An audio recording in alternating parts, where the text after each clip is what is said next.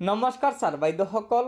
ৰাজ্যৰ অংগনবাড়ী কৰ্মী সহায়িকা, আশা কৰ্মী, মধ্যাহ্ন ভোজনৰ ৰন্ধন কৰ্মী সহায়িকা আৰু অন্যান্য চৰকাৰী কৰ্মচাৰীসকলক চমক দিবলৈ সাজু হৈছে ৰাজ্য চৰকাৰ।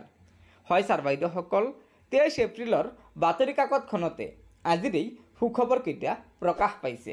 কোনোবাই হয়তো পুৰণি খবৰ বুলি ক'ব পাৰে, সেয়েহে মই তাৰিখটো কৈ দিছোঁ। ওপৰত চাব, আশা, অংগনবাড়ী কৰ্মী সহায়িকা, মধ্যাহ্ন ভোজনৰ কৰ্মী সহায়িকাৰ মাননি বৃদ্ধি, বিদ্যুৎ মাচুল, ৰন্ধন গেছৰ দাম হ্ৰাসৰ উপৰি ঝুমৰ বিনন্দনী, মুখ্যমন্ত্ৰী জীৱন প্ৰেৰণা আঁচনিৰ ধনু বিলাব একে সময়তে। বিতৰণ কৰিব 26 সহস্ৰাধিক নিযুক্তি পত্ৰ।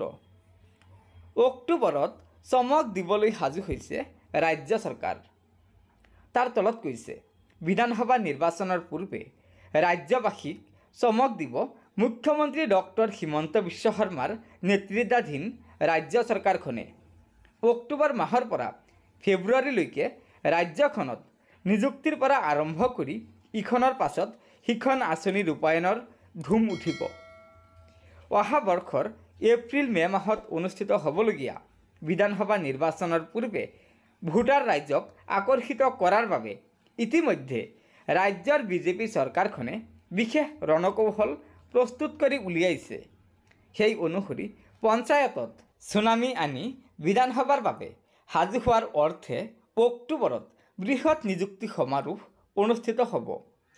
এই সমাৰোহতে এডিআৰিৰ তৃতীয় আৰু চতুৰ্থ বৰ্গৰ মুঠ 12,000টা পদৰ নিযুক্তি দিয়া হ'ব।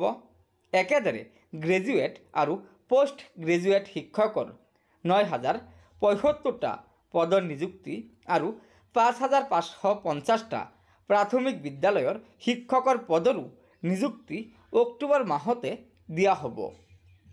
এই বৃহৎ নিযুক্তিৰ পাছতেই আশা কৰ্মী, মধ্যাহ্ন ভোজনৰ ৰন্ধন কৰ্মী সহায়িকা আৰু অংগনবাড়ী কৰ্মী সহায়িকাসকলৰ মজুৰি বৃদ্ধি কৰা হ'ব। ইতিমধ্যে ৰাজ্য চৰকাৰখনে 1 অক্টোবৰ লক্ষ্য স্থিৰ কৰি এই ক্ষেত্ৰত যাৱতীয় ব্যৱস্থা গ্ৰহণ কৰিছে। ইফালে অপ্ৰাদেশিকৃত বিদ্যালয়সমূহ প্ৰাদেশিকৰণৰ বাবেও ৰাজ্য চৰকাৰখনে এখন কমিটি গঠন কৰি দিছে। জানিব পৰা মতে চলিত বৰ্ষৰ শেষৰ ফালে উক্ত কমিটিৰ প্ৰতিবেদনৰ ভিত্তিত ৰাজ্যৰ এই দীৰ্ঘদিনীয়া সমস্যাও সমাধান হ'ব।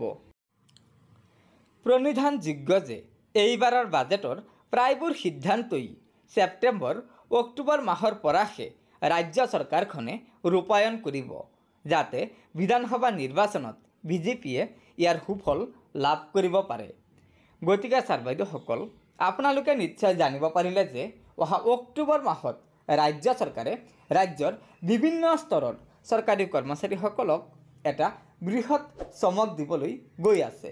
কিয়নো এই অক্টোবৰ মাহতে ৰাজ্য চৰকাৰে ৰাজ্যৰ অংগনবাড়ী কৰ্মী সহায়িকা, মধ্যাহ্ন ভোজনৰ ৰন্ধন কৰ্মী সহায়িকা আৰু আশা কৰ্মীসকলক বৰ্ধিত দৰমহাৰ সুবিধা প্ৰদান কৰিব। অৰ্থাৎ এইসকল আঁচনিভুক্ত কৰ্মী সহায়িকাৰ দৰমহা বৃদ্ধি হ'ব।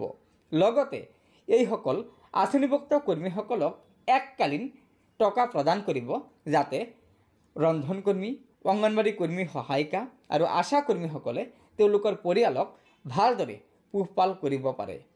লগতে বিদ্যালয় প্ৰাদেশিকৰণৰ কামো ৰাজ্য চৰকাৰে ছেপ্টেম্বৰ-অক্টোবৰ মাহৰ ভিতৰতে সম্পন্ন কৰিব।